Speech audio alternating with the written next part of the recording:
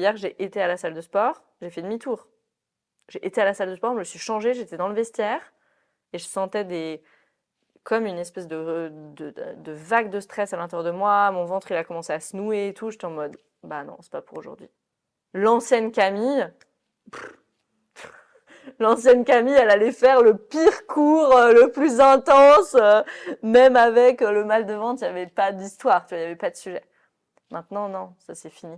C'est fini parce que j'ai complètement intégré ce principe de si je suis en dehors de ma capacité, il n'y a aucun travail qui se fait.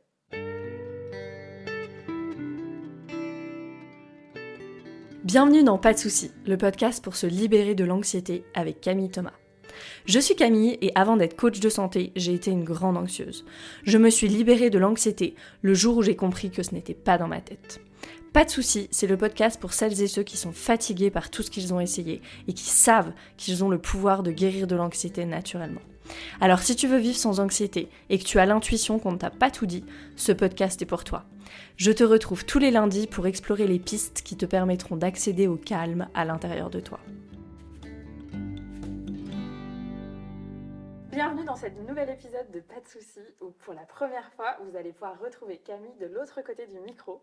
Moi je m'appelle Anaïs, je suis une amie de Camille depuis 2019 et à l'occasion d'un mois ensemble où on vit à Lisbonne en co-living, elle m'a demandé de l'interviewer et elle va vous partager maintenant le pourquoi de cet épisode et puis aussi l'occasion. Pourquoi maintenant? Pourquoi maintenant? Parce que c'est les 2 ans du podcast. Et c'est tellement bizarre. Et je suis contente que ce soit toi qui fasses cette interview parce que tu connais tout ce dont on va parler. Donc voilà, ça a une résonance particulière. Et puis je me disais, quand je me disais, ah là là, ça fait 2 ans, tu vois, le podcast, je me souviens pas de ma vie sans podcast. Ça fait 2 ans, mais j'ai l'impression que ça fait presque 30 ans. Presque 30 ans que le podcast est dans ma vie. Pendant la première année et demie, j'ai écrit toutes les semaines. Et c'était, voilà, les personnes qui écoutent le podcast depuis un moment, elles savent, mes épisodes, ils sont très documentés. Voilà, j'écris aussi beaucoup avant les épisodes. Donc, ouais, ça rythmait vraiment mes semaines, cet épisode de podcast. Et maintenant, toutes les 2 semaines, j'ai ralenti un petit peu parce que voilà, les épisodes, ils sont peut-être même un peu plus longs maintenant que j'ai ralenti. Mais ouais, c'est émouvant pour moi-même. 2 ans de podcast. Ouais, c'est très beau. C'est très beau. Est-ce que, avant aussi d'aller un peu plus loin sur du coup ton histoire, parce que là le but de l'épisode c'est aussi que les gens comprennent un peu ce qui s'est passé pour toi ces dernières années, quel a été le chemin qui t'a amené à être qui tu es et à partager ce que tu partages. Est-ce que aussi tu veux partager pour les gens qui découvriraient l'épisode la folle histoire du podcast? C'est-à-dire qu'est-ce qui s'est passé en ces 2 années? En ces 2 années de podcast, tout ce qui m'a amené au podcast, les Non. deux. Ce qui s'est passé Ah, pendant les peut-être 2 années de podcast. Ouais, c'était ça la question. Ouais. Je me suis lancée dans le podcast il y a 2 ans quand j'ai vraiment décidé d'y aller sur l'anxiété. Voilà, avant, j'étais vraiment plus sur la santé holistique, les maladies chroniques, on en parlera. Et puis, moi-même, j'avais beaucoup d'anxiété et ça a été un saut pour moi. C'est toujours le saut de la niche pour les entrepreneurs. Il y a beaucoup de drames autour de ça. Ça y est, je vais choisir ma niche et du coup, je vais éliminer plein de monde et ça se trouve, il y aura pas assez de monde et j'aurai pas assez de clients. Ça, c'est le drame de l'entrepreneur. Et donc voilà, j'ai fait ce saut à ce moment-là dans mon activité et j'ai décidé de lancer le podcast. Et effectivement, c'est un peu une folle histoire de podcast parce que j'ai commencé à recevoir énormément de messages de personnes qui me disaient mais j'ai la sensation, j'ai le sentiment que ça y est, il y a quelqu'un dans ce monde qui me comprend. Ton podcast m'aide tellement et puis je me reconnais tellement dans ton histoire. Et pour moi, ça a été surprenant aussi de recevoir ça au début parce que moi, j'ai commencé le podcast en mode ok, je vais partager mes connaissances, mes apprentissages sur l'anxiété. Le grand message du podcast, c'est l'anxiété n'est pas dans ta tête. Et c'est vraiment, voilà, c'est dans le corps, il faut travailler avec le corps, il faut travailler au niveau le plus profond qui est celui du système nerveux. Ça, c'est vraiment le message du podcast. Mais c'est vrai qu'en le démarrant, je ne pensais pas recevoir autant de messages et puis que ça ait autant de résonance chez les autres. Et ça, c'est magnifique parce que c'est vraiment pour moi, c'est l'universalité, 1, 2, 3, de l'expérience humaine. On a nos histoires tellement intimes et tellement particulières et nos chemins de vie semés de ceux dont ils sont semés et qui sont très particuliers à nous, mais l'expérience humaine, elle est universelle et je le vois dans mon programme Arise, je le vois avec le podcast. Ouais. Et ça, c'est un peu la folle aventure du podcast qui va continuer. Yes. Qui va continuer. Est-ce que aussi tu veux partager le nombre d'écoutes que vous avez atteint, et je crois juste au niveau podcast, parce que maintenant le podcast est aussi sur YouTube, et je crois que tu as passé un cap. Ouais, j'ai un truc comme 200 000 écoutes, quelque c'est chose ça. comme ça. Je suis pas très bonne avec les chiffres du podcast. Mon mari, c'est mieux que moi les chiffres du podcast parce qu'il regarde souvent. Puis il est super enthousiaste et moi je suis là, ah ouais, c'est cool. Ok. Ouais, ouais. Donc merci à toutes les personnes Mm. aussi qui font partie des 200 000 écoutes et qui sont présents pour cet épisode. Ouais. Et je sais qu'il y a des personnes qui écoutent toutes les semaines, maintenant toutes les 2 semaines, depuis 2 ans, il y a des personnes qui réécoutent les épisodes parce qu'il y a beaucoup à imprimer, à intégrer, à absorber. Donc ouais, un grand merci, c'est incroyable, incroyable. Cette communauté qui se forme autour d'un podcast. Et puis pour moi, de penser, ça donne un peu le vertige de penser que la plupart des personnes, je les ai jamais vues. Enfin, 99,9% des personnes, je les ai jamais vues. Et peut-être certaines, je les verrai sûrement jamais. Ça donne un peu le vertige, ça, mais c'est superbe en même temps. C'est superbe en même temps. Puis je pense que en somatic experiencing, on parle beaucoup de la notion de ressources, de la notion de soutien. Et ça, c'est une grande ressource, c'est un grand soutien. Juste de savoir qu'il y a un humain sur Terre, quelque part, qui comprend ton expérience. Waouh. Waouh. Parce que quand on a de l'anxiété, on peut se sentir très... Ouais, le mot c'est seul, très seul. Qui va comprendre? Moi, je sais que dans ma famille, il y avait personne vraiment qui avait de l'anxiété. J'avais essayé d'en parler un petit peu à ma mère au début, puis elle comprenait pas du tout. Elle me disait, ah non, mais moi, je comprends pas. Elle me disait, je ne te comprends pas. Et pas de façon méchante, mais dans un truc de, j'ai jamais eu cette expérience, tu vois. Et là, bah, ouais, ça te renvoie beaucoup à toi-même, quoi. Donc, si ce podcast, il peut servir à ça, je suis hyper heureuse. Il a déjà rempli sa mission, tu vois. Ouais. Comme une ressource pour les gens. Vraiment. Ouais. En tout cas, moi, je voulais te remercier parce que je suis aussi une auditrice du podcast et c'est un podcast que je partage souvent aux gens autour de moi qui ont des problèmes d'anxiété, de stress, des maladies chroniques, des gens, et tout le monde en fait, qui est confronté au trauma, aux mémoires traumatiques. Et tu es un des premiers podcasts en France à vraiment être ciblé sur ce sujet. Et je pense qu'on en avait vraiment besoin dans le monde francophone. Est-ce que toi, tu veux nous partager un peu rétrospectivement qu'est-ce que tu t'es dit avant de créer le podcast, tu vois, le moment de la naissance du podcast en toi, comment ça s'est passé? Ouais, ça a été vraiment porté par ce message hyper fort, c'est pas dans ta tête. Et c'est ce que tu dis, c'est ce que tu dis là à l'instant, et ce que tu disais, c'est, il y avait vraiment rien, quoi. Enfin, rien qui, moi, me convenait et rien qui reflétait les lectures en anglais, en langue anglaise que je pouvais avoir ou ce que je pouvais consommer dans le monde anglo-saxon. Ils ont souvent 10 ans d'avance sur nous. Franchement, je ne sais pas pourquoi, mais c'est comme ça. Et, et oui, c'est vraiment parti de là. Moi, ça a toujours été cet élan. Tu sais, c'est comme quand je suis revenue du Yoga Institute il y a 4 ans, où il y avait un truc de je peux pas garder ça pour moi. Tu vois, toutes ces règles d'hygiène, ces principes de santé et tout. Parce que quand je suis allée au Yoga Institute, c'est pas les asanas, c'est pas les postures, c'est pas trop le yoga qui m'a marqué en soi. C'était vraiment tout ce qu'il y avait autour, tu vois, le mode de vie. Et puis comme on est dans la santé préventive, je me disais, mais waouh, ça existe tellement pas en Europe et je peux pas garder ça pour moi. Et c'est ça qui m'a emmenée dans le coaching de santé, à me former, etc. Donc c'est toujours cette impulsion. Puis je fais ce mouvement là, si vous regardez sur YouTube, je fais ce mouvement vers l'avant de je peux pas garder ça pour moi. Ça a été la même impulsion pour le podcast. Et je pense qu'il y a une part de moi aussi qui s'est dit, bah, je vais raconter mon histoire. Moi, j'ai jamais eu de mal à parler de moi. Et puis bon, voilà, t'es devant un micro, dans l'intimité de chez toi, et je me suis dit, on va bien voir où ça mène. Et ça a mené à cette folle aventure, comme tu disais. Ouais. Génial. Est-ce qu'avant d'aller un peu plus loin, tu veux nous partager ton Human Design? C'est un outil que moi j'utilise beaucoup et je te pose toujours plein de questions là-dessus. Est-ce que tu veux dire aux gens quel est ton type, ton profil en Human Design? Comme ça, on comprend aussi peut-être d'où vient cet élan de partage aussi qui est en fait dans ton design. Yes. C'est le moment Anaïs du podcast que j'adore. Moi, je suis générateur en Human Design. Alors, tu vas me dire, parce que tu connais beaucoup mieux que moi, c'est des gens qui ont beaucoup d'énergie. Beaucoup d'énergie disponible, parce que c'est vrai que bon, en 2 ans, au niveau de l'activité aussi, j'ai beaucoup construit. Et je crois que je veux envoyer ce message que j'ai peut-être je sais pas si c'est une énergie hors du commun, mais en tout cas, j'ai beaucoup d'énergie disponible. Et peut-être aussi aux entrepreneurs qui m'écoutent, ne regardez pas ce que je fais et vous dire, je suis en retard ou je sais pas quoi. J'ai beaucoup d'énergie à disposition et je sais pas si c'est dans mon Human Design ça, mais j'ai un truc de une idée, elle reste pas longtemps dans les airs chez moi. Une idée, elle va tout de suite dans la matière en fait. Yes. Mais genre, c'était pour hier quoi. Ouais. Il y a peut-être un truc de l'étudiante en droit là-dedans, je sais pas. Toi, je sais que tu es passé par les cabinets d'avocats aussi, donc on s'est trouvé, mais il y a vraiment quelque chose de... Puis voilà, ce mouvement vers l'avant que je faisais tout à l'heure, c'est dès que ça arrive dans ma tête, ça va dans mes mains, quoi, ça va dans la matière. Yes, Mm. très impressionnant. Qui est aussi quelque chose de générateur. Et en fait, dans ton profil, tu as 2 4.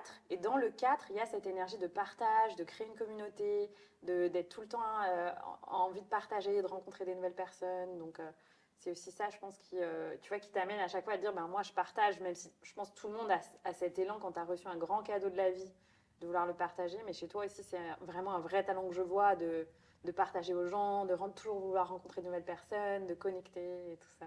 Donc, Ouais, on parlera de mes aventures entrepreneuriales précédentes, mais je me souviens quand je travaillais dans l'accélérateur sur le sujet de la protéine végétale, ça c'était mon truc et c'est des super bons souvenirs pour moi.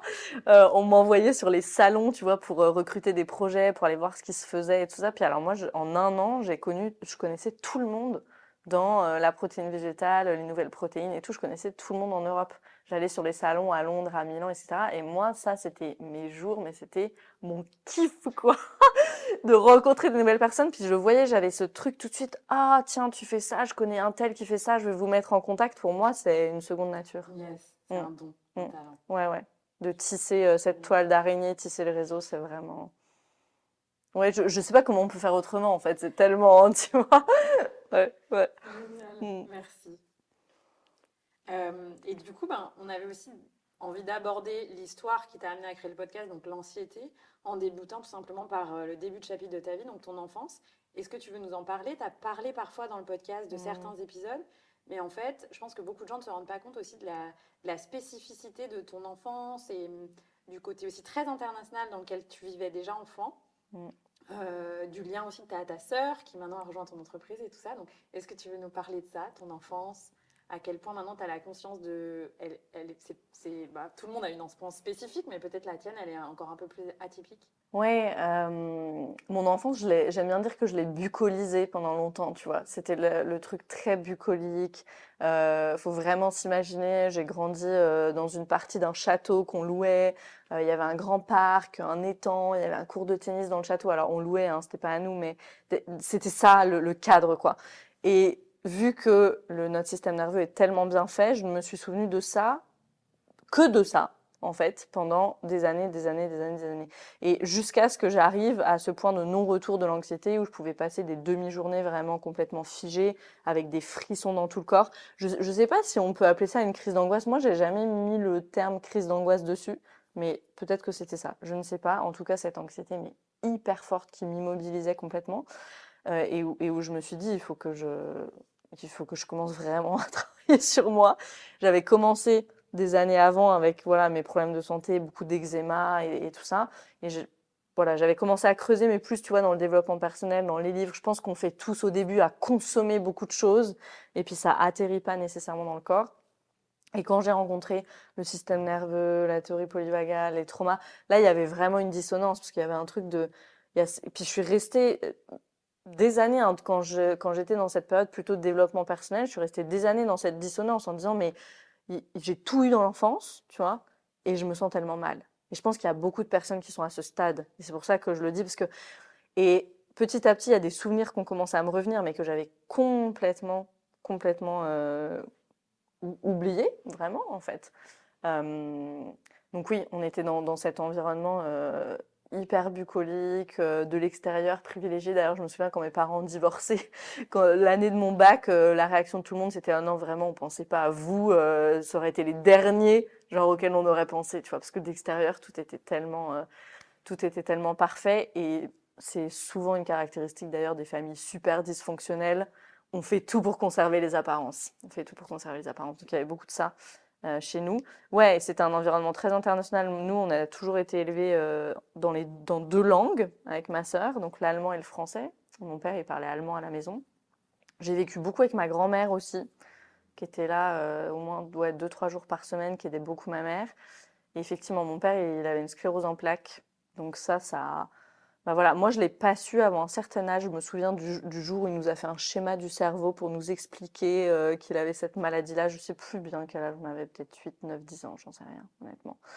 Euh, Mais ouais, il y avait toujours, moi, ce que j'avais vraiment retenu dans mon enfance, c'était l'amour de ma mère. Et j'avais éclipsé toutes les rages qu'il pouvait y avoir de mon père, toute la peur.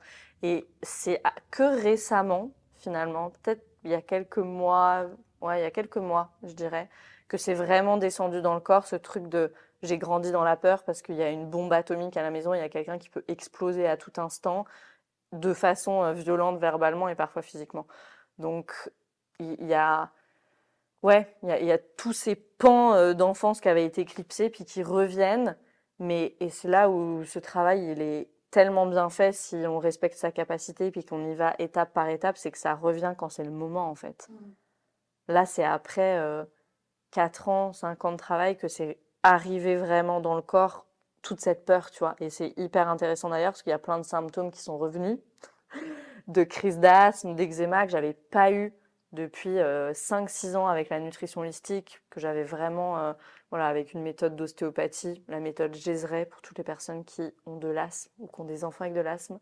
Allez voir la méthode Gézray, Gesret, qui m'a énormément aidée sur l'asthme. Et puis avec la nutrition holistique, je m'étais vraiment auto-guérie de l'eczéma en quelques mois. Et c'était jamais revenu. Et c'est intéressant, il y a quelques mois, quand j'ai vraiment intégré dans le corps toute cette peur, il y a tout qui est revenu. J'ai refait des crises d'asthme. C'est intéressant, hein, l'asthme, c'est j'ai pas d'air.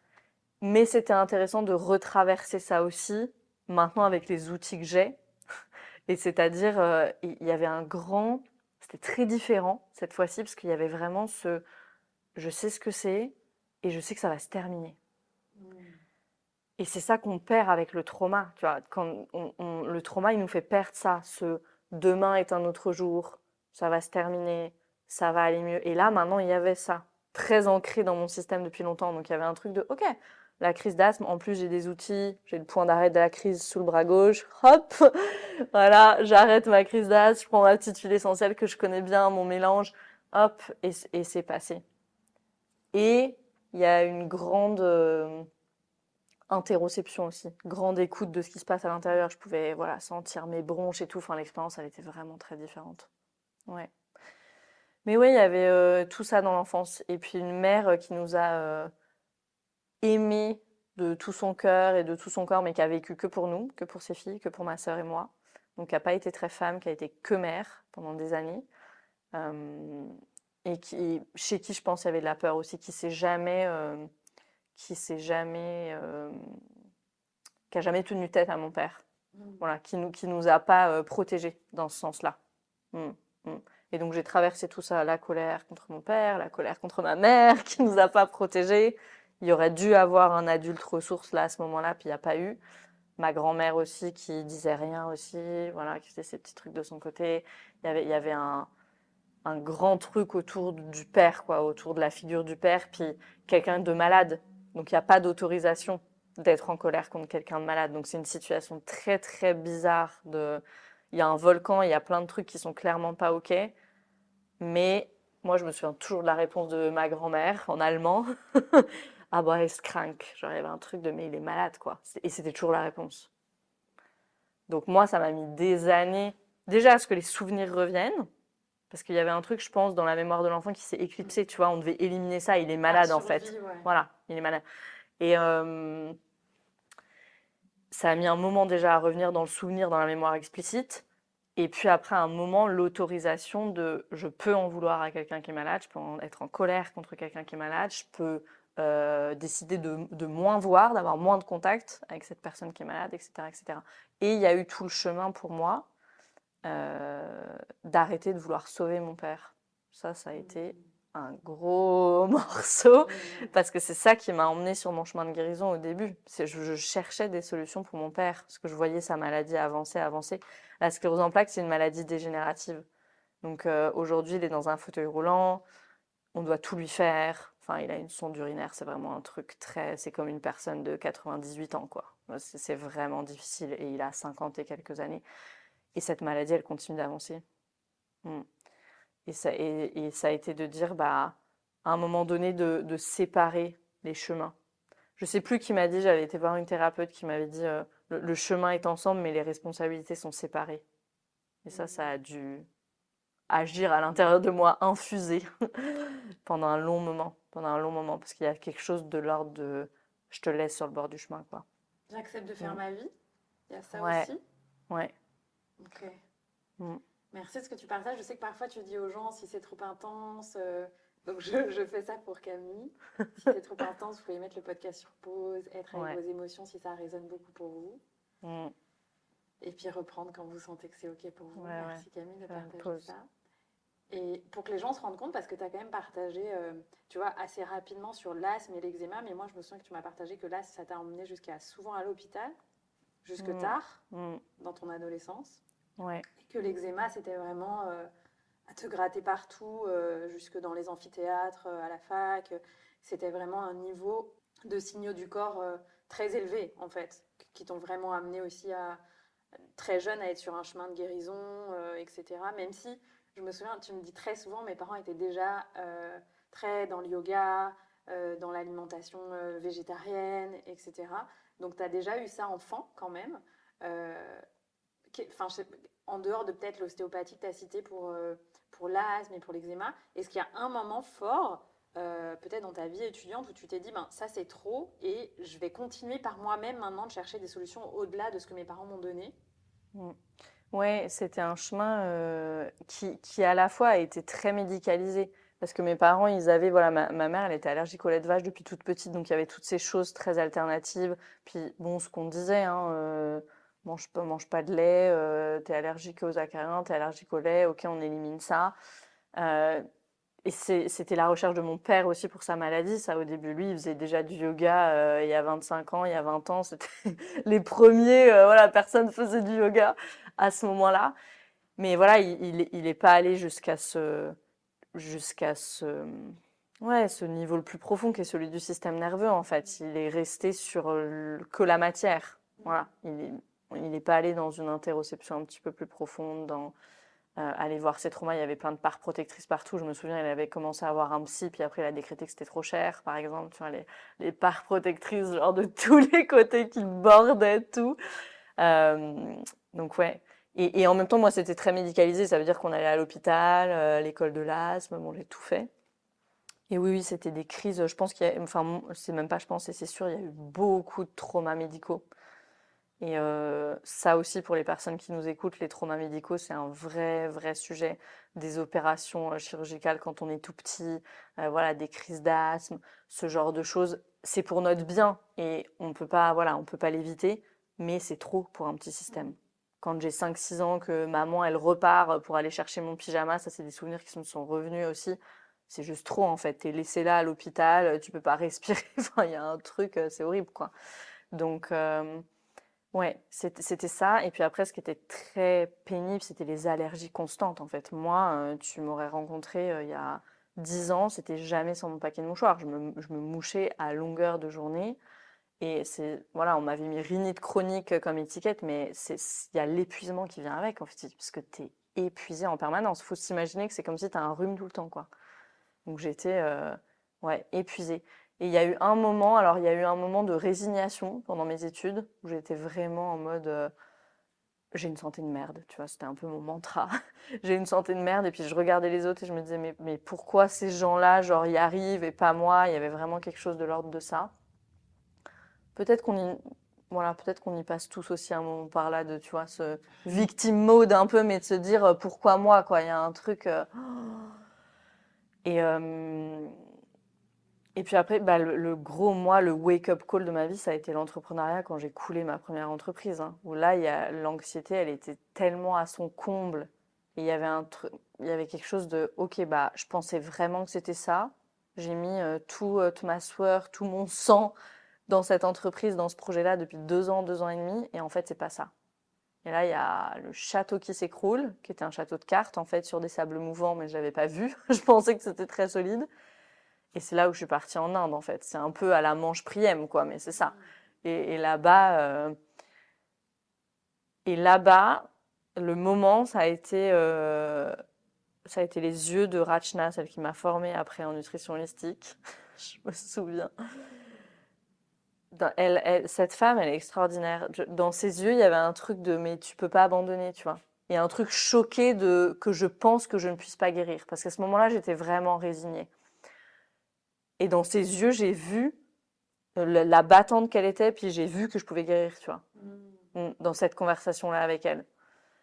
Et conversation que j'avais entamée pour mon père d'ailleurs, parce qu'elle avait une maladie auto-immune et j'étais allée la voir en disant ah mon père a la sclérose en plaques, est-ce que vous pensez que il y aurait des choses et tout. Puis c'est moi qui ai fini par parce qu'elle est très très intelligente et très smart et très perspicace, elle a compris qu'il fallait commencer avec moi, donc elle m'a mise sur le chemin. Et ouais, là dans ses yeux j'ai vu qu'il y avait quelque chose d'autre de possible. Et quand j'étais au Yoga Institute, j'étais encore couverte d'eczéma. Hein. Ouais. Je me souviens, donc ça c'est en fin 2019. Ouais. Nous on s'est rencontrés juste avant, à Paris, voilà, sur un trottoir grâce aux huiles doTERRA, tout ça, on raconte souvent l'histoire. Et on s'est revus justement au Yoga Institute, je t'ai rejoint pour quelques jours à Mumbai. Et c'est vrai qu'à ce moment-là, tu es dans l'impasse dans ta première aventure entrepreneuriale. Est-ce que, pareil, pour rétrospectiver un petit peu pour les gens, récemment j'ai compris, tu m'as expliqué justement comment aussi c'est ton chemin de guérison et tes choix de santé qui t'ont amené à l'entrepreneuriat quand tu étais à Dauphine. Donc, est-ce que tu veux nous dire, donc voilà, tu as fait la fac de droit et puis en fait, tu as compris que c'était pas pour toi, peut-être tu peux raconter ça. Et après, comment tu t'es dit, il y en a marre, basta, je crée mon entreprise pour proposer une solution aux personnes comme moi qui n'ont pas de solution. Moi, tout est toujours parti de mon corps et de ma biologie, quand j'y repense, en fait. Parce que même le droit, je me suis dit, il y a eu un gros truc à la fin de la 3e année de droit, je me suis dit, je ne veux pas travailler dans un bureau parce que je savais que biologiquement, ça me convient pas du tout. Déjà, je pense que ça doit être le truc de générateur, mais être sur une chaise toute la journée, c'est impossible pour moi. Et les rythmes français ne me vont pas du tout. Et puis moi, j'avais connu les rythmes allemands, parce que quand j'étais petite, j'allais un mois par an à l'école en Allemagne, où on termine à 13h, tu vois, à l'école primaire. Donc j'ai connu ça aussi, tu vois, j'avais connu les deux systèmes scolaires, donc il y avait un truc qui m'était ouvert un peu là-dessus. Et moi, je suis vraiment quelqu'un du matin.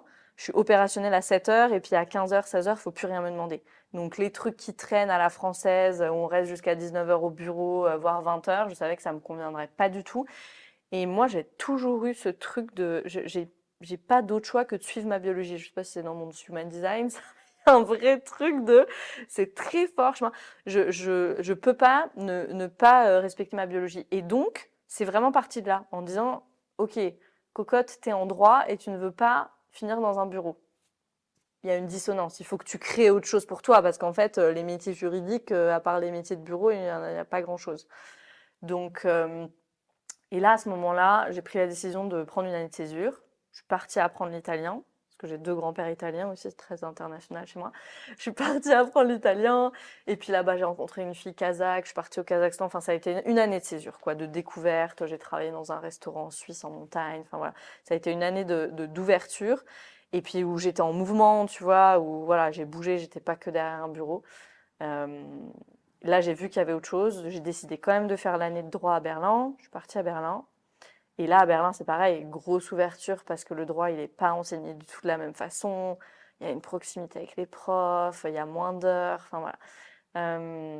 Et puis après, à un moment de ma vie où j'avais pas trop de plan B, j'ai dit, bah, faut que je parte en entrepreneuriat parce que j'étais végane à l'époque. Ouais, quand je repense à ça, je me dis, non, j'étais végane.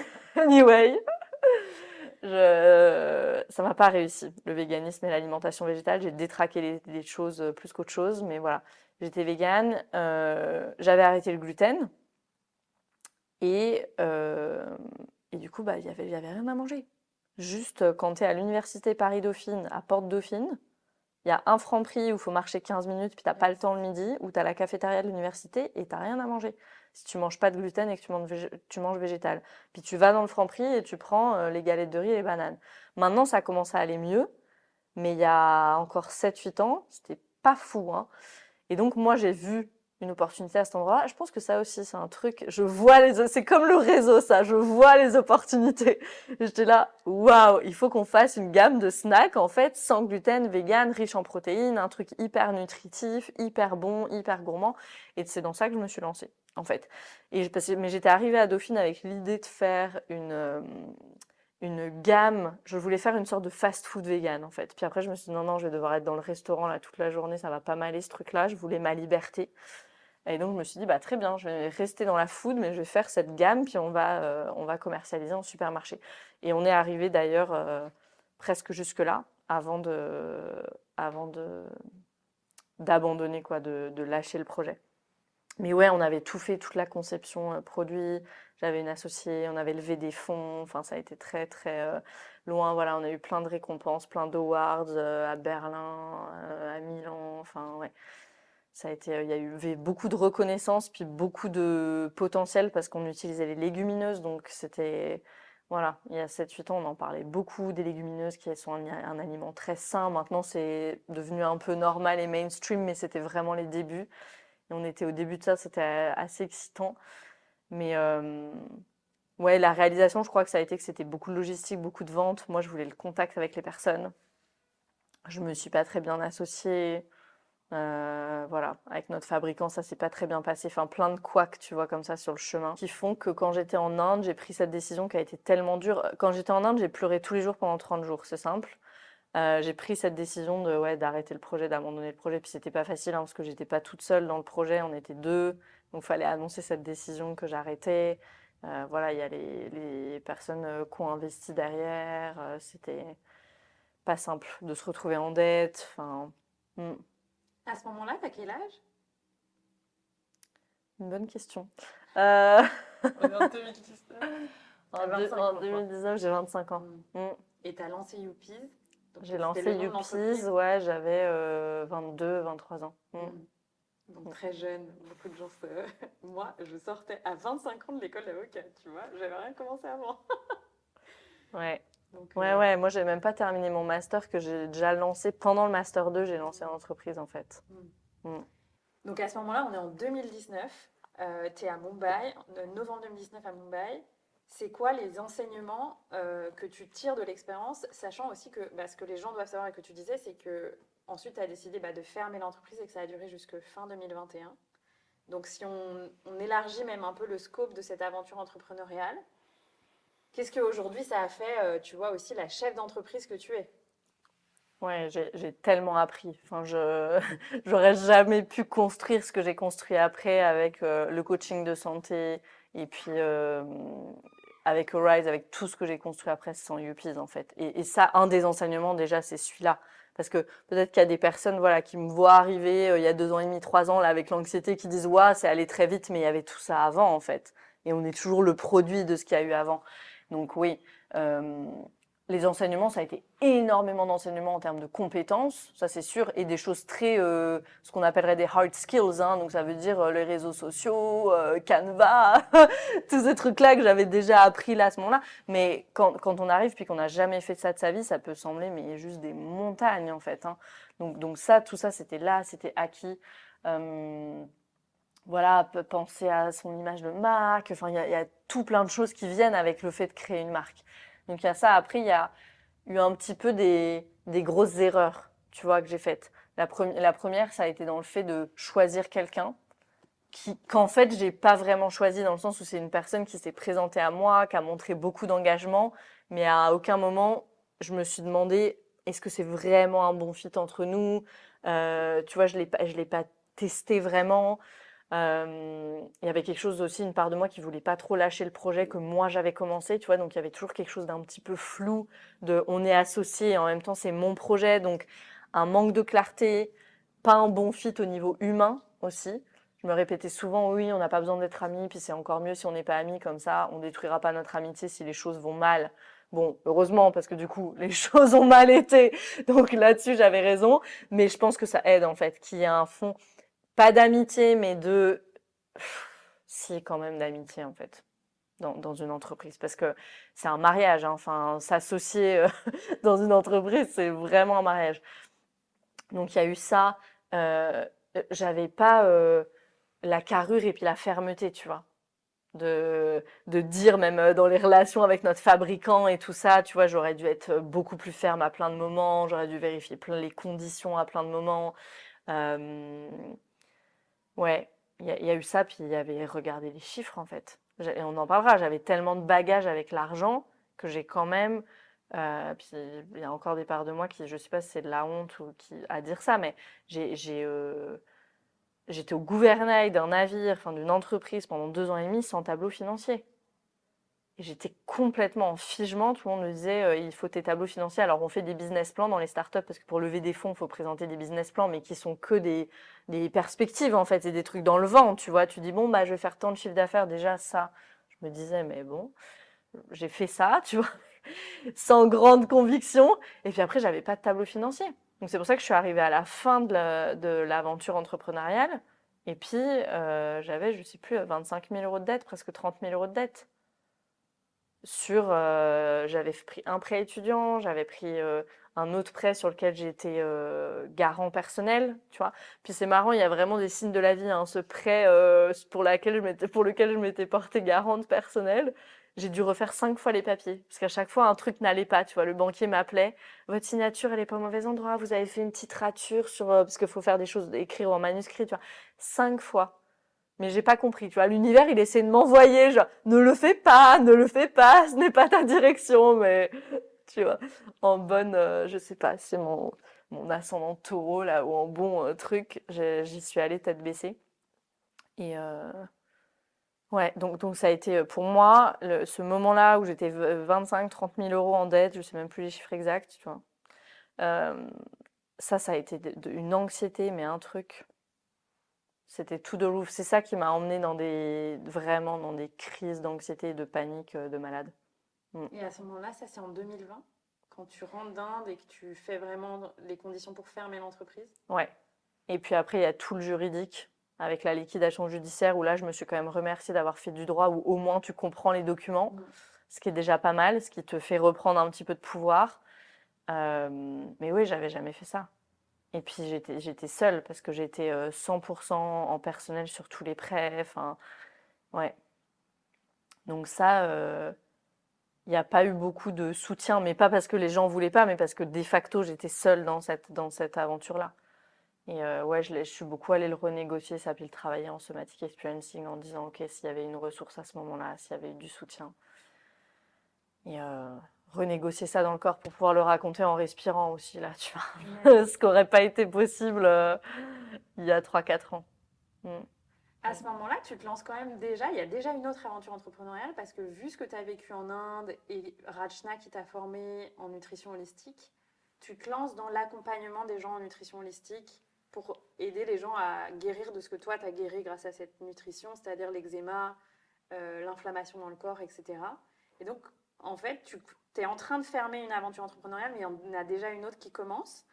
Et moi, je me souviens, et je te l'ai dit il n'y a pas longtemps, je me souviens que sur 2020-2021, même si je voyais l'échec de Youpies, je te voyais surfer aussi dans cet échec et être très clair sur ok, je surfe, je ferme, c'est très désagréable, mais il y a autre chose à côté. Est-ce que tu veux nous partager aussi, même s'il y a eu les crises d'angoisse sur l'aspect financier, est-ce que tu te sentais déjà porté par la lumière de l'autre projet? Ouais. Et ça s'est chevauché pendant un bon moment, hein, pendant au moins 18 mois, il y avait vraiment un truc comme ça. Et c'est ça aussi qui m'a mis sur le chemin, parce qu'il Yes. y avait énormément de honte associée au fait d'être endettée, de ne pas avoir su gérer comme j'aurais voulu gérer. Euh, il y avait de la honte voilà, de se dire je me suis lancée là-dedans finalement sans aucun bagage entrepreneurial avant, etc. Et, euh, et il y avait tout mon chemin de guérison dans le corps. Avec la nutrition holistique, c'est à ce moment-là aussi que j'ai commencé à guérir de l'eczéma. Et toutes ces personnes qui venaient à moi avec les maladies chroniques et où le fil rouge, c'était tout le temps, je suis stressée, je suis anxieuse. À chaque fois que ça avançait pas, y a des personnes, vraiment, elles faisaient tout au niveau des protocoles. Vraiment, elles faisaient tout bien et puis ça avançait pas. Elles n'avaient pas les résultats qu'elles auraient dû avoir. Tu vois. Et moi c'est ça qui m'a vraiment questionnée à ce moment-là et c'est ça qui m'a mis sur le chemin de l'anxiété aussi. Donc il y avait en parallèle ces deux choses-là, ma propre anxiété qui était à son comble, vu l'aspect financier puis juridique et tout ça avec Youpis que je devais clôturer qui m'angoissait à mort, et toutes ces personnes qui avaient pas les résultats qu'elles auraient dû avoir et qui me disaient toutes, je suis stressée chroniquement, je suis hyper anxieuse, etc. Donc il y avait un peu ces deux choses-là qui m'ont mis sur le chemin puis qu'on fait bah voilà, j'ai mis la main dans la théorie polyvagale, puis ça a été doucement, hein, parce qu'il a fallu la prendre aussi, là, la décision de dire je me focus vraiment sur l'anxiété, parce que là, ça a été un rejeu, en fait. Il y a quelque chose qui s'est rejoué de j'abandonne ces personnes avec des maladies chroniques que je sais que je peux aider, mais je vais me concentrer sur l'anxiété. Donc il y a un vieux relent quand même de j'abandonne mon père avec sa sclérose en plaques, tu vois, il y a quand même un truc comme ça. Donc c'était pas une décision facile à prendre, puis qui s'est prise vraiment sur des mois et des mois et des mois. Ça aussi. Mm. Jusqu'à la fausse couche.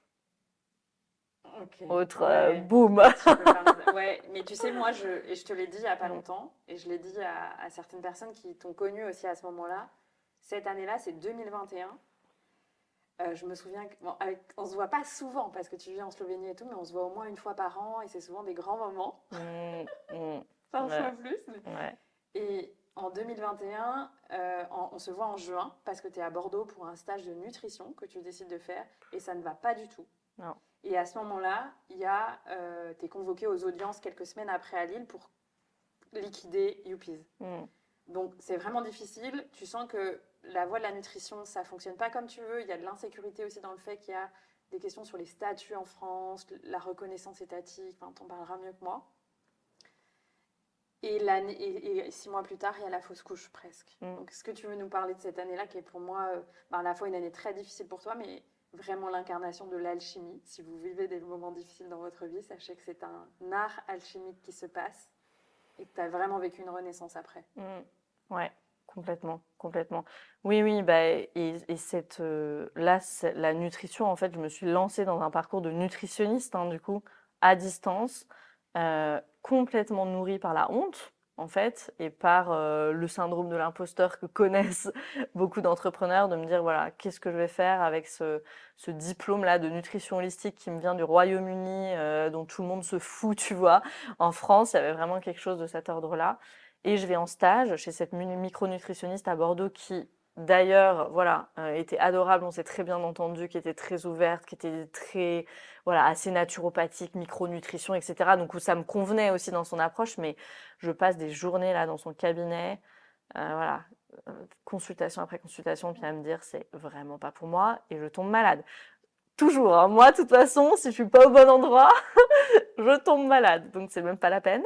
Je sais toujours pas ce que j'ai eu d'ailleurs, hein. Je me suis retrouvée aux urgences à l'hôpital, ils m'ont dit que c'était une mauvaise bactérie, j'en sais rien. J'ai vécu des niveaux de douleur comme j'ai jamais vécu. J'ai cru que j'allais mourir là toute seule dans cet appart. Bref. Donc voilà, après tu m'as proposé de venir, t'étais en retraite pas loin, c'est quand même un truc incroyable. À chaque fois, t'es pas loin dans les parages. T'étais en retraite là près de Bordeaux, pas loin, tu m'as dit viens, donc j'ai passé 2 jours, 3 jours régénérants aussi là avec vous, à boire du cacao, à faire des trucs avec tous ces gens qui étaient là en retraite, manger de la nourriture ayurvédique et tout, donc ça m'a bien requinqué. Et ouais, et effectivement, du coup, après, je clôture toute cette entreprise et voilà, on décide de lancer un projet bébé. Je ne sais pas trop pourquoi à ce moment-là, parce que ça faisait déjà beaucoup cette année-là, mais je pense qu'il y avait un truc un nouveau souffle, tu vois, justement, là, ce chapitre-là, il est clôturé, ça y est, on peut ouvrir quelque chose de nouveau dans Moi, tu notre sais, je vie. me souviens parce que quand on te dépose sur le parking pour rentrer à Bordeaux à la fin de l'immersion, tu me dis, moi, de toute façon, je veux avoir un enfant. Ma mère et ma grand-mère ont eu un enfant à l'âge que j'ai maintenant. Je veux avoir un enfant à cet âge-là parce que c'est important pour moi d'avoir un enfant jeune. Enfin voilà, c'était un peu aussi de se dire quelque chose de transgénérationnel, tu vois, peut-être une loyauté envers les femmes de ta famille. Oui, bah tu fais Tu bien de me me dis le... ça en tout cas, je me souviens. Tu fais bien de me le rappeler parce qu'il y avait ça, exactement. Ouais, ouais, il y avait ce truc de ma mère m'a eu à 27 ans. J'ai envie d'avoir un enfant à 27 ans. Les trucs qui peuvent te rester comme ça, je ne sais pas. Bon, maintenant, quand je me dis ça, je me dis, bon, d'accord. L'univers en a décidé autrement, c'est très bien. Ouais, et donc du coup, voilà, je suis enceinte pendant 3 mois. Enfin, en fait, je le découvre à l'examen des 3 mois, mais c'était 2 mois et demi, en fait. Et donc, ouais, il y a cette fausse couche. Et là, je vis 2 semaines très particulières, vraiment, vraiment très bizarres, où je me sens vraiment entre les deux mondes. Alors, en plus, c'était vers la Toussaint, je me souviens, Oui. c'était le 30 octobre, donc c'est déjà une période un peu, voilà, entre les morts et les vivants. Mais c'était très bizarre, je voyais chaque nervure de chaque feuille. Je crois qu'il y a quelqu'un qui m'a dit ah, t'as vécu de la métaconscience, j'en sais rien. Mais c'était comme si tout était exacerbé par le chagrin, tu vois. Et en même temps, c'était très beau, parce que de te balader dans la forêt et de voir toutes les nervures de chaque feuille, il y a un truc là-dedans juste incroyable. Je sentais des présences aussi, je pense que j'ai été visiter un petit peu. Tu vois, typiquement là, je relevais la tête de mon livre et puis j'avais l'impression que quelqu'un allait rentrer dans la pièce. Tu vois, j'avais vraiment ces expériences-là que je n'avais jamais eues avant. Et ça s'est estompé d'ailleurs. Au bout de 2 semaines après, c'est plus jamais revenu. Ça a été vraiment pendant cette période-là. Euh, et j'ai vécu les semaines qui suivent, par contre, sans peur. Alors ça, c'est assez extraordinaire. Il n'y avait plus l'émotion de peur. Je sais pas, aujourd'hui, je sais pas hein, si je devais l'expliquer en termes de système nerveux, si c'était une sorte de figement hyper fonctionnel ou une adrénaline à fond, j'en sais rien. Mais j'avais pas de peur. Et donc, et c'est à ce moment-là que j'ai décidé de aller, j'y vais et je me spécialise dans l'anxiété, tu vois. Il n'y avait pas de peur, donc je pouvais le faire, tu vois, à ce moment-là. Yes. Et donc, je me suis lancée, j'ai lancé le podcast et tout s'est lancé là. Ouais, donc c'était un autre bébé, quoi, Oui. qui devait naître en fait. Ouais. C'était pas celui dans mon ventre, c'était celui là à l'extérieur au service pour le moment. Et puis après, bah, tu vois, quand j'ai commencé à recevoir tous ces messages sur le podcast et puis beaucoup de personnes en demandent et j'ai commencé à accompagner. euh, Au début un peu hybride, encore avec pas mal de choses de la nutrition holistique et puis beaucoup de théorie polyvagale. Puis après, au fur et à mesure de mes formations, de plus en plus vraiment juste sur le système nerveux. Euh, Bah ouais, je sentais que j'avais besoin de m'occuper de cette entreprise-là. Tu vois, il y avait une telle demande et puis ça continuait de grandir et je me suis dit, c'est pas le moment de lâcher l'affaire, quoi, Yes. à ce moment-là. Est-ce que toi, il y a un moment, parce que du coup, donc la théorie polyvagale, est-ce que tu te souviens, est-ce que c'est un moment, tu as cherché sur Google une solution pour l'anxiété? Enfin, comment t'es arrivé sur ça? Parce qu'en France, bah, maintenant, ça commence à voilà, être un peu connu, mais si on se remet en 2020-2021, il n'y a pas beaucoup de monde qui en parle en France. Donc, qu'est-ce qui fait que toi, tu tombes sur ça? Quel fil tu tires sur la bobine? Et je sais qu'après, tu as choisi de te faire accompagner, etc. Donc, est-ce que aussi tu veux partager ça? En fait, comment toi, tu as intégré cet enseignement dans ton corps et tu t'es dit, OK, c'est ça que je veux faire parce que moi, c'est une ressource incroyable pour l'anxiété et je ne peux pas le garder pour moi comme à chaque découverte, quoi. Je ne sais même plus. Tout ce que je sais, c'est le nom de Deb Dana que j'ai rencontré à un moment, qui a été cette psychologue qui a vraiment apporté les travaux de Stephen Porges sur la théorie polyvagale. Donc je me souviens d'avoir consommé énormément de vidéos d'elle. J'ai commencé à acheter tous ses livres, faire sa formation sur son site et tout. Enfin voilà, donc ça a été vraiment elle. Et puis il y avait vraiment quelque chose. Tu sais, quand je suis arrivée en droit, j'ai eu l'impression je ne voyais pas et j'étais aveugle et maintenant je voyais, tu vois. T'as pas fait ça, toi, au début, avec le droit, que tu commences à comprendre la société, tu vois, il y a un espèce de Oui, c'est truc vrai. comme ça. Yes. Moi, je me souviens, ça a été extraordinaire. Et ben, ça m'a fait ça, à nouveau avec la théorie polyvagale, tu vois, j'étais aveugle, et maintenant je vois. Ça a été vraiment ça pour moi. Et donc il y a eu ça a été un peu tout en même temps, parce qu'il y a eu le breathwork aussi à ce moment-là. Faut se rappeler qu'on était en plein Covid. Moi, j'étais confinée à Bologne, toute seule dans mon appart, pendant 2 mois et demi. Donc c'était très particulier aussi comme moment. J'ai commencé cette formation de breathwork, enfin j'ai un peu tout commencé en même temps parce que j'avais le temps. Hein. On était là, enfermés, tu vois, je pouvais rien trop faire d'autre que faire mes courses et le tour du pâté de maison. Donc on a vécu un truc fou. On se rend pas compte de ce qu'on a vécu, je crois. Et donc il y a ça, a suivi très vite l'IFS aussi. Et j'ai commencé à me faire accompagner en IFS en premier, en fait, avec Madeleine Gibson. Et je me suis fait accompagner en anglais. Donc ça, c'est marrant aussi, très rapidement. Pour les gens qui n'ont pas écouté les autres épisodes, est-ce que tu veux dire en 1 minute qu'est-ce que cet outil? Ouais, le breathwork, donc une méthode de respiration connectée. Venez en breathwork d'ailleurs, si vous n'êtes pas encore venu, venez en breathwork. Je regarde la caméra pour ça, venez en breathwork. Non, le breathwork, ça a été une séance de breathwork qui a été un moment vraiment un tournant pour moi. Je me souviens de cette séance où j'ai vécu, tu disais intégré dans le corps, tu sais, où j'ai senti dans le corps un état de paix, mais profond, comme j'avais jamais vécu ça. Et là, ça pour moi, ça a été, ok, ça existe. Parce que tu sais, quand tu es dans l'anxiété depuis tellement longtemps, que tu es de nature anxieuse, on dirait, même si ça n'existe pas, mais tu perds complètement le contact à je suis stable, je peux sentir la paix à l'intérieur de moi. Je me sentais comme la sensation, c'était de flotter dans l'eau puis d'être l'eau à la fois. Tu vois, un truc indescriptible en fait dans les sensations. Mais du coup, c'est une porte qui s'est ouverte pour moi à ce moment-là et ça existe. Donc ça a été très fort, puis ça m'a vraiment encouragée à continuer. Euh, et ouais, et puis après l'accompagnement, ça a été vraiment en IFS avec Madeline Gibson. On a commencé à travailler avec les parts de moi. L'IFS, c'est Internal Family Systems. Donc on vient travailler avec les parts de nous qui vivent dans notre mémoire implicite, dans notre inconscient, dans notre subconscient. Et là, bah, plus j'ai avancé dans ce travail, plus les souvenirs ont commencé à revenir aussi. Et je veux insister sur le fait que j'ai pas du tout cherché à me rappeler. C'est venu de façon complètement organique, tu vois. Yes, quand le corps est prêt. Une fois en breathwork, une fois en IFS, une fois dans une pratique avec le corps, tu vois. Ouais. Est-ce qu'il y a d'autres personnes, d'autres programmes, d'autres choses que tu as fait qui t'ont vraiment aidé et qui ont vraiment permis d'être qui tu es maintenant, Ouais. avec, tu vois, ce niveau d'anxiété qui est quand même rien à voir avec même il y a 2 ans, tu vois. Bien sûr, bien sûr. Moi, je m'estime être que le produit des personnes que j'ai rencontrées, tu vois. Enfin, il y a un truc. Moi, je me vois vraiment comme une passeuse. Et c'est pour ça aussi, au début, dans le podcast, je comprenais pas du tout ce qui arrivait avec le podcast. Parce que pour moi, je suis. Et toujours, je suis toujours en train de passer quelque chose. Moi, j'ai pas inventé les somatic experiencing, j'ai pas inventé l'internal family systems, tu vois. Mais je crois que c'est dans mon human design d'ailleurs, de prendre des choses existantes et d'en faire des choses nouvelles. C'est voilà, une autre chose qui est vraiment une seconde nature. Donc c'est intéressant pour moi d'observer ça, puis il y a toujours cette part de moi qui est là, mais qu'est-ce qui se passe, tu vois? Je suis juste en train de passer quelque chose là. Donc oui, déjà, Rachna, je considère vraiment ça a été ma première mentor, cette femme-là.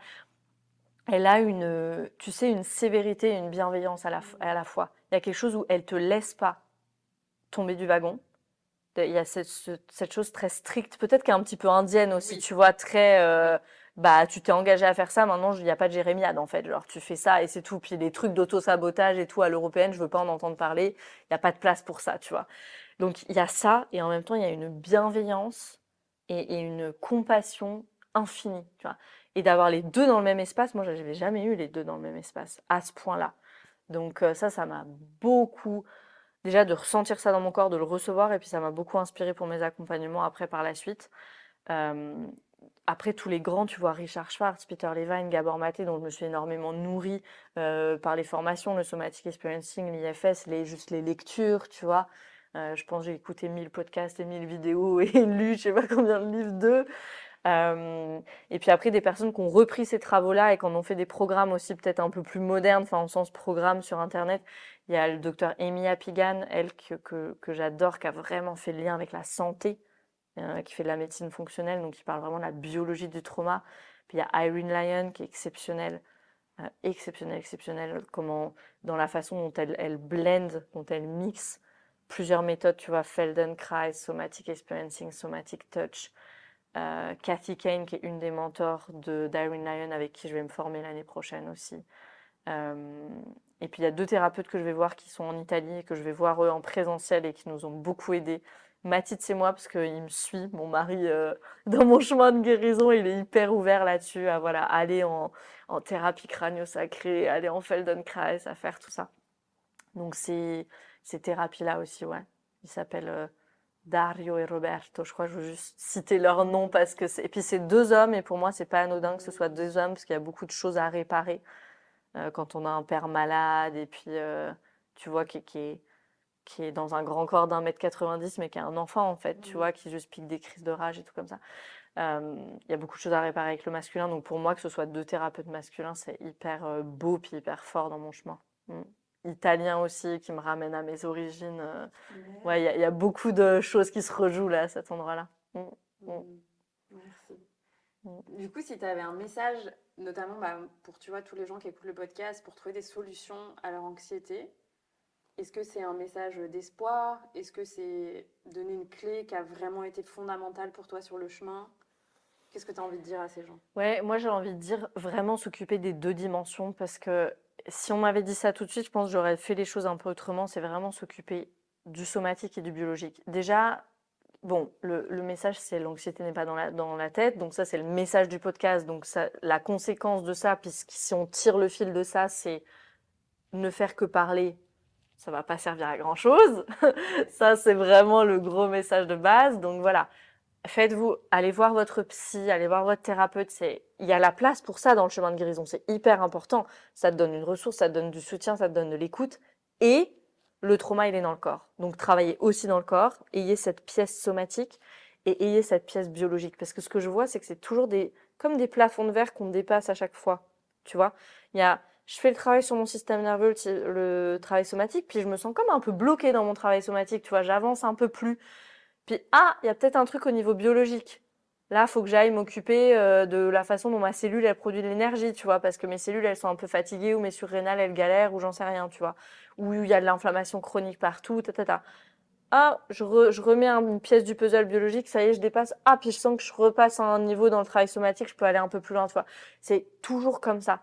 C'est le docteur Amy Apigan qui explique vraiment ça très bien. Et moi, ça m'a débloqué beaucoup de choses de comprendre ça.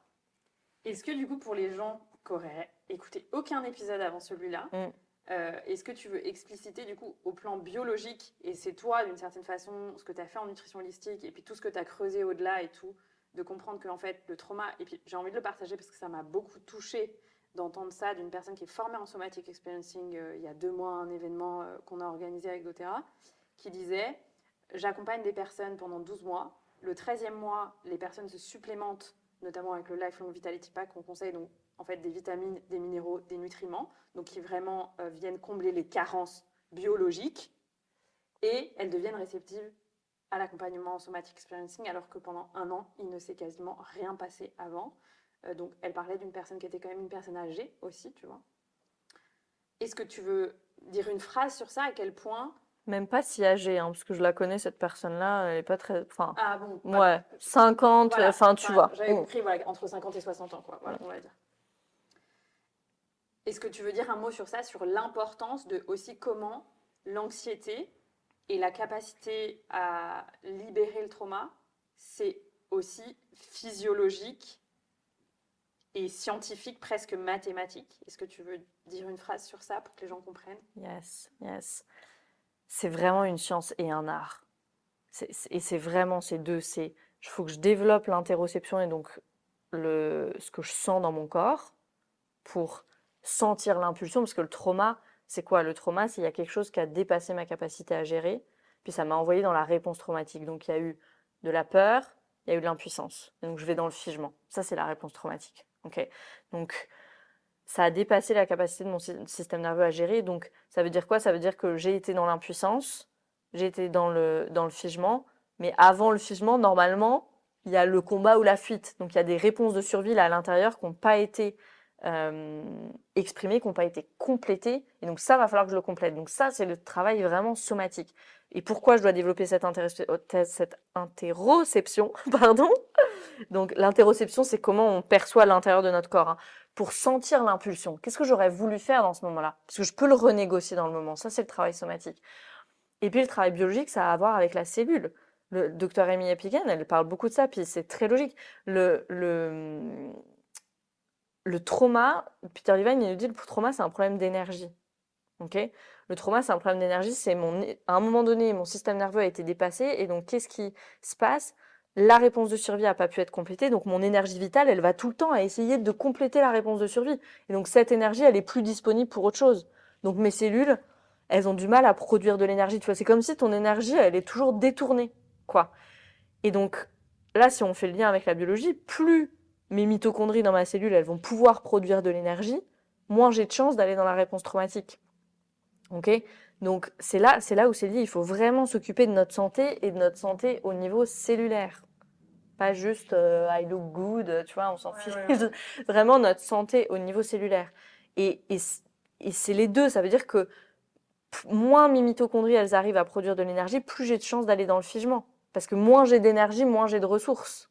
Donc d'aller peut-être dans l'anxiété ou le figement. Et donc d'être submergé en fait. Voilà. D'être submergé. Vous savez, si on le prend en termes très faciles, faites la différence entre un jour où j'ai bien dormi, j'ai vachement de ressources et tout ça, puis un jour où il y a beaucoup trop de choses à faire, puis en plus j'ai mal dormi, je dormis que 2 heures cette nuit, un rien va me submerger ce jour-là, parce que j'ai pas d'énergie.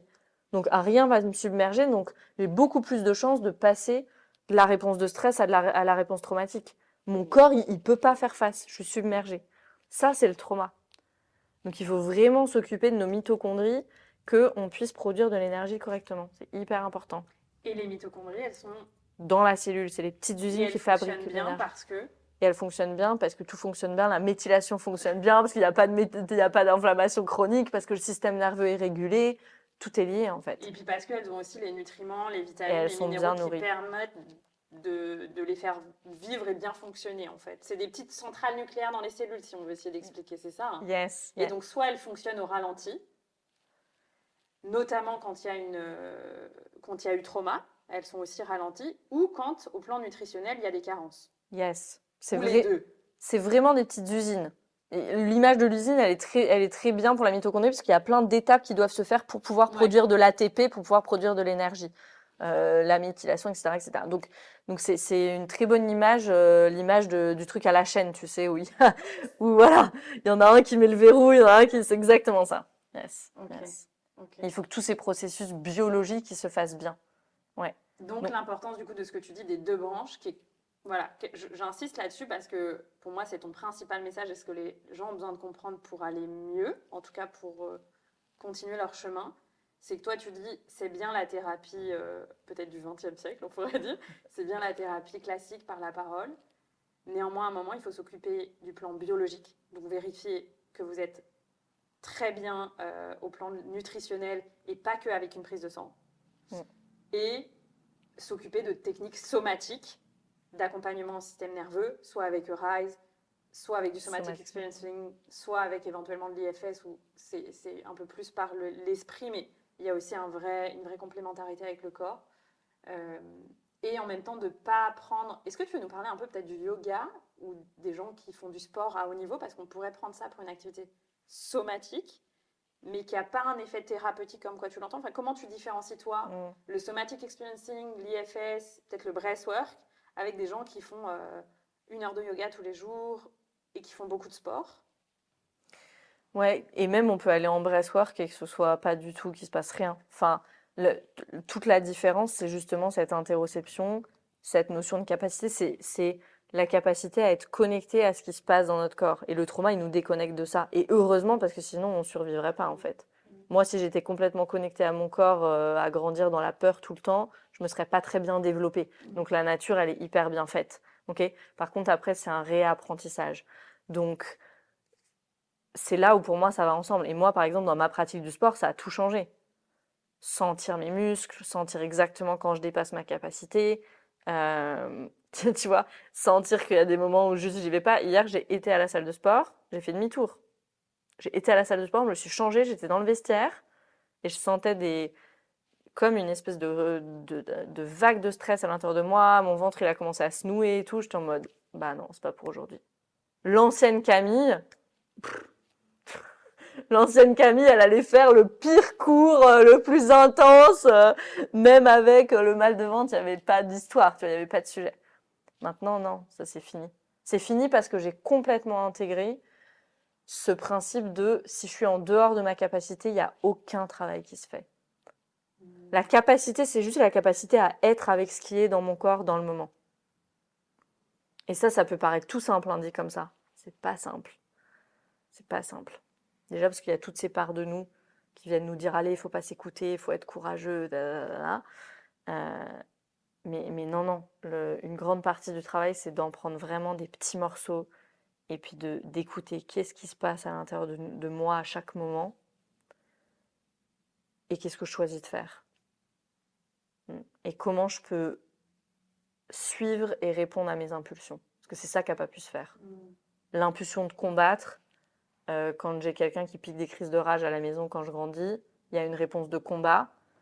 Mais bon, si je laisse ma réponse de combat être là, il va m'arriver encore plus de broutilles en tant qu'enfant, donc c'est pas dispo. Mais c'est ça qu'aurait dû se faire.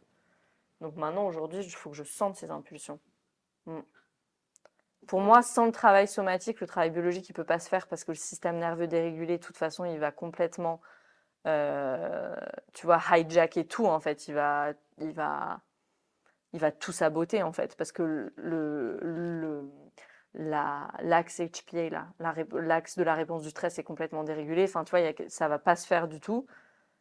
Et le travail somatique, si à un moment donné, ça bloque vraiment au niveau de la biologie, ça va plus se faire non plus. Pour moi, c'est vraiment, vraiment les deux. Et du coup, ce que tu disais avec les pratiques dans le corps, la différence, c'est avec ou sans conscience, avec ou sans cette notion de capacité. J'ai encore, il n'y a pas longtemps, une cliente qui m'a écrit: Ah, j'ai fait un marathon, nanana, et depuis, ça fait 2 semaines que je suis dans l'anxiété totale, comme si tout était revenu. Typique cas de j'ai dépassé ma capacité. Et ça, c'est le truc de voilà, le marathon, on le prépare depuis des mois et tout. Il arrive le matin du marathon, on va pas se dire je vais pas le faire, j'ai pas la capacité. Ce jour-là, elle aurait dû dire je vais faire le demi-marathon. Ok, merci de donner un exemple parce que je pense que ça aide les gens tu vois, à se rendre compte de qu'est-ce qui se passe quand on s'écoute pas. J'imagine qu'il peut y avoir des blessures, etc. Mais au juste ce que tu viens de dire, en fait, beaucoup d'anxiété après le fait de ne pas avoir écouté le corps. Si vous faites une pratique, que ce soit un breathwork, que ce soit un marathon, j'ai entendu ça aussi même sur une séance de thérapie avec les fascias par exemple, où ça va trop loin, tu vois, et toute l'anxiété qui revient et j'ai du mal à en revenir. Ça, c'est pas normal d'avoir du mal à revenir d'une pratique. On n'a jamais du mal à revenir d'une pratique en somatic experiencing. Ouais, c'est vrai. Non. On ne doit pas avoir du mal à revenir. Et là, je veux aussi, du coup, peut-être démystifier puis encourager les personnes qui vont s'engager sur ce chemin. Ça peut se faire et ça doit se faire dans le respect de notre capacité et du coup dans la douceur, en fait. Ok. Est-ce que du coup tu veux peut-être terminer en parlant toi de ta vie personnelle et souvent tu dis voilà moi je m'engage beaucoup, je suis très présente et j'ai un rythme de travail important. Comment toi tu navigues entre ton entreprise, ta vie personnelle, voilà, ton deuxième business avec doTERRA, etc. Comment tu gères ça en termes de séparer ou naviguer entre les deux et comment peut-être aussi le travail que tu as fait, ça t'aide à de mieux en mieux le faire. Je rigole, puis on peut rigoler ensemble parce qu'on était les 2 premières semaines à Lisbonne, ça a été très houleux avec mon mari, donc ouais. C'est pas toujours facile, c'est pas toujours simple à naviguer. Moi, j'ai des grosses parts protectrices autour du travail. Là, ça commence à aller mieux de voilà, même cet après-midi, je vais me balader avec ma sœur et tout, c'est possible, ça commence à être possible ça. Mais avant, c'était pas possible. Si on est mardi après-midi et que je suis fatiguée, il est hors de question que je dorme 20 minutes, quoi, par exemple. Même si concrètement, je peux le faire, hein. Je suis chez moi, je suis maître de mon emploi du temps. Mais ouais, je sens, et ça, là, je vais parler de quelque chose de du coup très personnel, mais c'est en lien avec une réponse de survie aussi. Je sens que je sors vraiment de ce figement fonctionnel là en ce moment parce que je sens un élan vers j'ai envie de faire autre chose. Et depuis que j'avais commencé la start-up, donc Youpies, il y a quoi, c'est quoi, 5-6 ans maintenant, j'avais plus jamais ressenti ça. Il y avait de la place que pour le travail, mais vraiment, rien d'autre, rien d'autre. Et là, de ressentir cet élan pour moi, c'est hyper nouveau.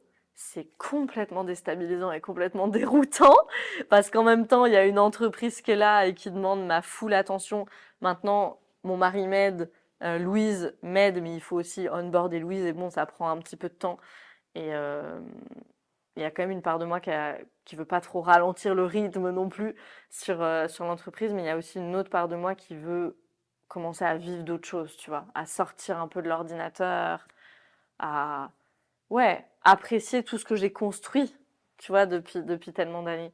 Donc, tu vois, j'arrive même pas à dire le mot profiter, hein, c'est encore dur, hein.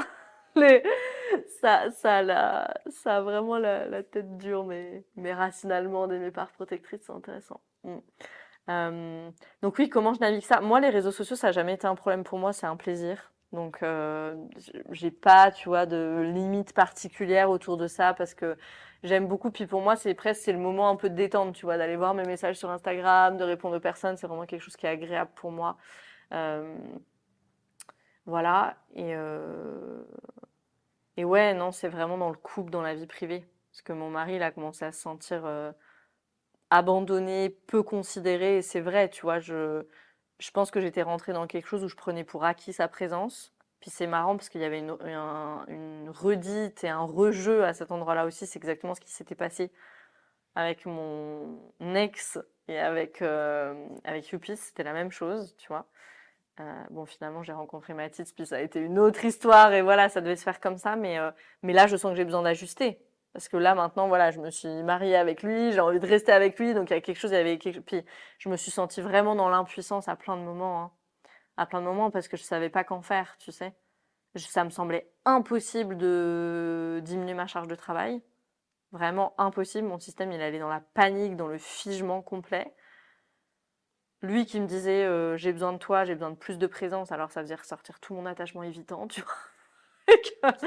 Donc c'était du figement des deux côtés. Et non, là où ça m'aide énormément à travailler, c'est que pour moi, c'est quotidien d'aller voir les parts de moi, tu vois, d'aller poser sur le papier les parts de moi qui sont là, de me mettre sur mon tapis et puis de dire, ok, qu'est-ce qui a besoin de sortir de mon corps ou juste d'être exprimé dans mon corps là, maintenant, dans cet instant, qu'est-ce qui a besoin de circuler. Ok, je sens que j'ai envie de pleurer, bah, je me pose et je vais pleurer. Puis c'est pas comme avant où je pleure pendant 45 minutes parce que c'est un espèce d'auto-truc qui s'auto-alimente. C'est les larmes, elles coulent. Et ça, c'est vraiment le truc somatique, c'est les larmes, elles coulent. Et hop, voilà, c'est ça qui devait sortir. Hop, 3 minutes, tu vois. C'est très, très différent. Donc, non, vraiment, je sais pas où j'en serais si j'aurais sûrement saboté cette relation-là déjà depuis longtemps. Je sais pas où je serais sans ce travail. Vraiment. Mm. Merci Je me le dis souvent, pour ça. l'inspiration. Je sais pas où je serais sans ce travail. Est-ce que tu veux clôturer, parce qu'on avait plein d'autres choses à se dire, mais on va clôturer l'épisode là. On fera un niveau 2 ou une partie 2. De l'épisode. En 2 minutes, sur la vision que tu as pour ton activité, la communauté du podcast, tu vois, avec ce que tu proposes à travers ton entreprise, ta pratique aussi, parce que tu vas continuer de te former.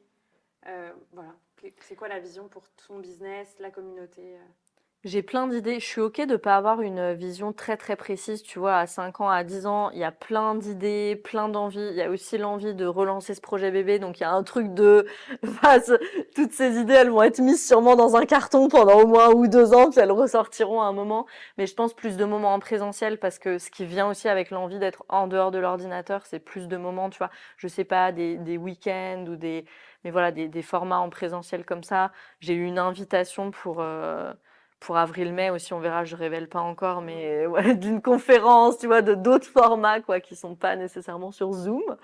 Euh, Moi, j'ai le grand rêve, j'aimerais trop faire ça avec Mathis, avec mon mari, de faire un accélérateur pour les entrepreneurs du bien-être, tu sais, où on mêle nos expériences de start-upper, et puis parce qu'on connaît super bien tout ce monde-là, avec donc ce format d'accélérateur, d'incubateur et tout, vraiment pour les entrepreneurs du bien-être, parce que ça n'existe pas. Il n'y a pas ça, ils sont trop seuls et moi j'ai vraiment la conviction que c'est eux qui changent le monde en fait. yes. Donc et puis il faut qu'ils sortent de leur cachette, tu vois, les thérapeutes, moi on me demande tout le temps "Ah, tu connais pas quelqu'un en somatic experiencing?" Non, parce qu'ils se cachent, tu vois. Si vous faites du somatic experiencing, s'il vous plaît, sortez de votre tanière. J'ai plein de clients pour vous, des personnes qui sont hyper intéressées.